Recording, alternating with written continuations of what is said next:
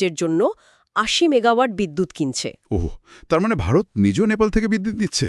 হ্যাঁ, আর এই পুরো আন্তদেশীয় বিদ্যুৎ চলাচল যাতে মসৃণ হয়, সেজন্য ওরা নিজেদের ট্রান্সমিশন লাইন বা সঞ্চালন ব্যবস্থার উন্নতিও করছে।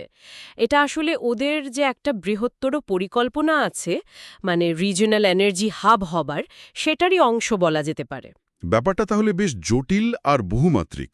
আচ্ছা, এই যে পুরো অ্যারেঞ্জমেন্টটা হলো, এর তাৎপর্য যদি একটু আলাদা আলাদা করে দেখি, ধরুন নেপালের জন্য এর লাভটা কোথায়?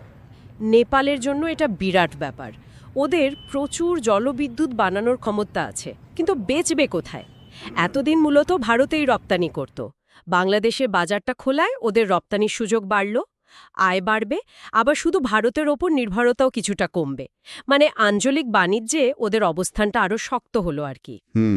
জলবিদ্যুৎ সম্পদ কাজে লাগানোর একটা বড় সুযোগ। আর বাংলাদেশে